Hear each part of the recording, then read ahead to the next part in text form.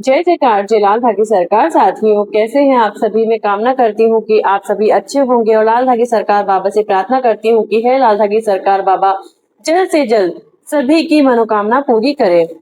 तो मैं सभी भाई बहनों से कहना चाहती हूँ कि अगर आप धागे की शक्ति चैनल पर नए हैं तो इस चैनल को जरूर सब्सक्राइब करें, शेयर करें और वीडियो को लाइक करें। और कुछ भी अगर आपको पूछना है तो आप कमेंट में पूछ सकते हैं। आज का ये जो वीडियो है वो किसी के कमेंट का जवाब देने के लिए ही मैं बना रही हूँ। एक बहन ने यहाँ पे कमेंट किया था, ये देखिए मैं आपको बताती हूँ। तो देखिए यहाँ पर इन बहन ने कमेंट के जरिए ये पूछा है कि इन्होंने नारियल से अर्जी लगाई थी, तो इन्हें ये पता नहीं था कि नारियल से अर्जी अलग होती है, जल से अलग होती है और दीपक से अलग होती है। ये इन्होंने पूछा है। इसके अलावा इन्होंने बोला है कि एक नारियल इन्होंने रखा था तो 15-20 दिन बाद वो नारियल सूख गया। तो इन्होंने क्या किया, उस नारियल को हटाकर साइड में रख दिया और दूसरा नारियल ये लेकर आई और वहाँ पर बाबा के समक्ष इन्होंने वो दूसरा नारियल रख दिया और वो जो पुराना नारियल था वो बाबा के सीध में ही रखा है। और इन्होंने पूछा है कि जो वो नारियल सूख चुका है उस नारियल का मुझे क्या करना चाहिए। तो बहन, सबसे पहले मैं आपको बता दूं, जल से, दीपक से या नारियल से संकल्प अलग अलग नहीं होता है। लेकिन अगर आप दीपक प्रज्वलित कर रहे हैं तो हिंदू जो धर्म है उसमें ये मतलब कि मान्यता है कि अगर आप कहीं भी पूजा पाठ कर रहे हैं तो उसके पास जल का जो कलश है वो अवश्य रखना चाहिए। तो दीपक के साथ जल तो हमको रखना ही है। उसके अलावा जो नारियल है जिसे कि श्रीफल बोला जाता है, और जो ये नारियल है वो बहुत ही मंगलकारी फल माना गया है, सुख समृद्धकारी फल माना गया है और विष्णु और लक्ष्मी का ये स्वरूप माना गया है। तो अगर आप इसको पूजा में रखते हैं तो जो आपकी पूजा है वो भगवान जल्दी स्वीकार करते हैं और जो आसपास की जो वाइब्रेशंस है वो पॉजिटिव हो जाती है। जल, अग्नि और नारियल तीनों से आपको अलग अलग संकल्प नहीं लेना है, क्योंकि जल, अग्नि और नारियल इन तीनों की अपनी अपनी जगह अलग अलग मान्यता है। क्योंकि जल को भी देवता माना जाता है और अग्नि को भी देवता माना जाता है, और जो नारियल है उसको तो श्रीफल कहते ही हैं, वो भी समृद्धकारी, सुखकारी और मंगलकारी फल कहलाता है।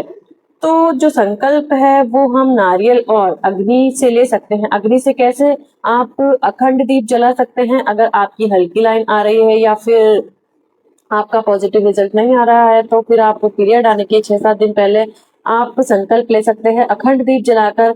अखंड दीप का मतलब होता है कि आपको दीपक ऐसे जलाना है कि 6 से 7 दिन के भीतर वो कंटिन्यूअसली जलता ही रहे। इसके अलावा जो नारियल का संकल्प है वो लेना जरूरी तो नहीं है, लेकिन फिर भी आपको लगता है तो आप एक नारियल लाकर उस पर मूली का धागा बांधकर या फिर चुनरी बांधकर या लाल धागा बांधकर आप बाबा की तस्वीर के पास रख सकते हैं और संकल्प लें कि बाबा 1 महीने के अंदर अंदर मेरा पॉजिटिव रिजल्ट दें।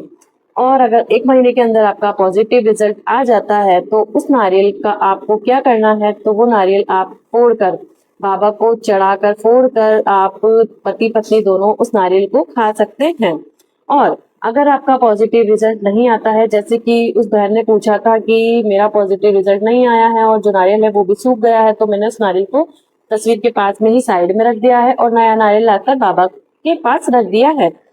तो मैं आपको बता दूं कि जो ये नारियल सूख गया है उसका आपको क्या करना है, तो उस नारियल का आपको किसी तालाब में या कुएं पर या किसी बावड़ी में उस नारियल को ठंडा करके आ जाना है बाबा का नाम लेकर, और नए नारियल को आपको जो है वो स्थापित कर देना है।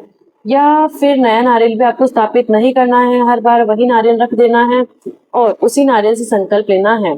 तो मैं आप सभी को बता दूं कि बार बार में आपको नारियल बदलने की जरूरत नहीं है। अगर आप नारियल से भी संकल्प ले रहे हैं तो एक ही नारियल बाबा के समक्ष रख दें, और अगर आपका जो रिजल्ट है उसमें 1 महीने, 2 महीने, 3 महीने लग रहे हैं तो भी वो बाबा के समक्ष ही रहने दें। और जब आपका पॉजिटिव रिजल्ट आ जाता है तो वो जो नारियल है अगर वो खाने के लायक है तो आप उस नारियल को फोड़ के खा सकते हैं, और अगर नहीं है तो कुएं, तालाब या बावड़ी में आप उसको ठंडा करके आ सकते हैं। इसके अलावा जल के बारे में भी पूछा गया था, तो जल के बारे में मैं आपको बता दूं, जल जो बाबा के आप समक्ष कलश जो रखते हैं उस पर आपको क्या करना है। तो जल से संकल्प कैसे लेते हैं ये मैं आपको अगले वीडियो में बताऊंगी। इसके लिए आपको धागे की शक्ति चैनल को सब्सक्राइब करके लाल धागे सरकार परिवार से जुड़ जाना है।